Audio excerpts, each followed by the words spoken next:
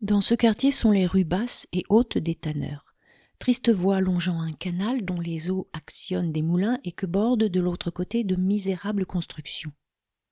Trébuchant sur un pavage gras et inégal, nous arrivons à la place Parmentier, vaste espace où se tient le marché aux légumes et au bas duquel se groupent parfois 150 bateaux. Tout près de là, le pont d'Amont fait pendant au port d'Aval. Entrons maintenant dans la ville basse. C'est le quartier qu'habitent les ouvriers, celui aussi où les usines dressent les hauts cylindres de leurs noires cheminées, où les moulins plongent les palettes et les aubes de leurs grandes roues dans les brassées de la rivière. C'est dans ces canaux qu'arrivent, pour se décharger sur les quais, ces flottilles de barques pleines de produits maraîchers d'un aspect si original et si charmant, prairies en marche qui s'acheminent vers le port d'Amont et parfois aussi glissent sur un canal et s'arrêtent devant sa berge pour déposer leur chargement.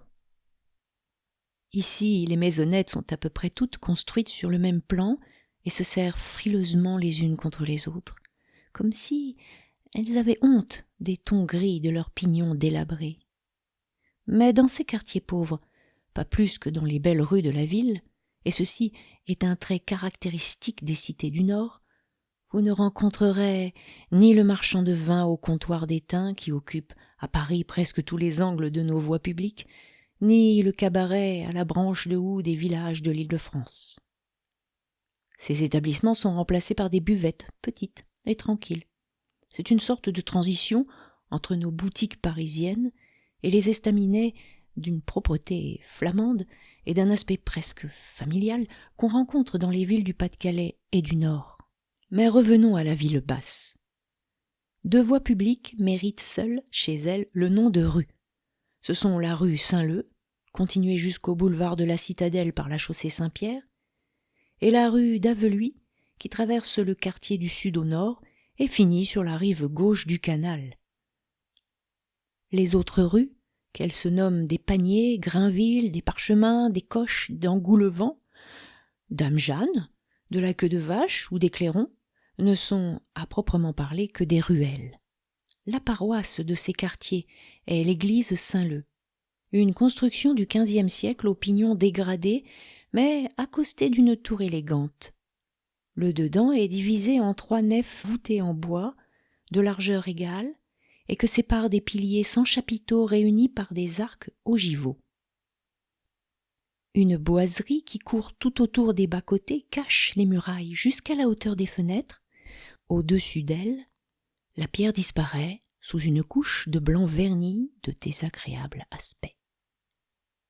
En sortant de l'église, nous ne pouvons nous dispenser de nous arrêter un instant à l'entrée de la rue Grainville.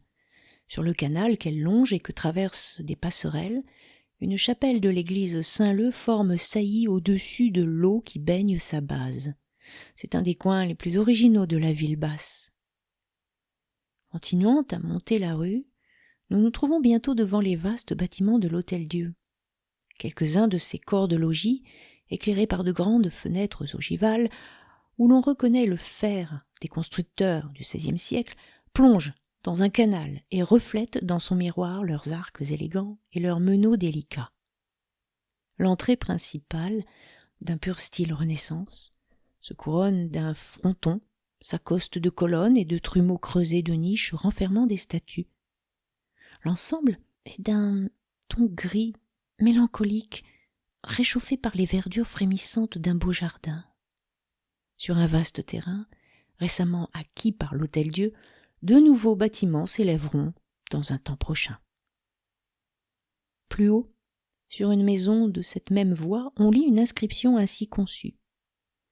Ici naquit Charles d'Allery le 4 septembre 1754. Mais la construction n'a rien d'intéressant. Nous ne vous entraînerons pas jusqu'auprès d'elle, et suivant les bords de la Somme, nous nous dirigerons vers l'est, et nous ne tarderons pas à atteindre une longue plaine divisée en d'innombrables rectangles par une infinité d'étroits canaux. Nous sommes ici dans les ortillonnages. Le mot emprunté au patois picard surprendra peut-être quelques-uns de nos lecteurs. Nous allons le leur expliquer. Faisons d'abord observer aux linguistes que cette originale expression a droit de présence dans les dictionnaires français et dérive du mot latin hortus, qui veut dire jardin. Les ortillonnages sont en effet des jardins, mais des jardins fruitiers et maraîchers. Ils ont été créés dans ces contrées sur des terrains tourbeux et improductifs. Grâce à l'humidité entretenue par les canaux dont on les a sillonnés, à l'accumulation de la terre extraite de ces fossés sur les parties émergées, ces déserts, longtemps sans emploi, se sont transformés en un sol riche et d'une fécondité constante.